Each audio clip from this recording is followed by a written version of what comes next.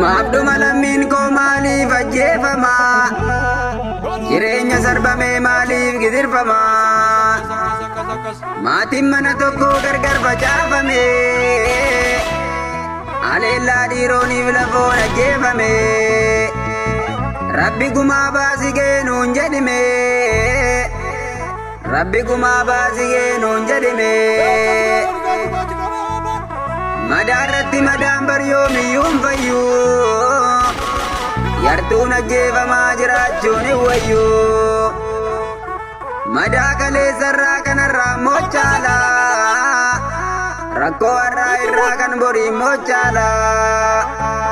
Kottaa waliif fallaa walaa baafnu jala, kottaa waliif fallaa walaa baafnu jala. Qabsoon dhiigaan dhufe dhiigaan itti fufee, goonni dhiibee dhufee jabaa meeqa kufee.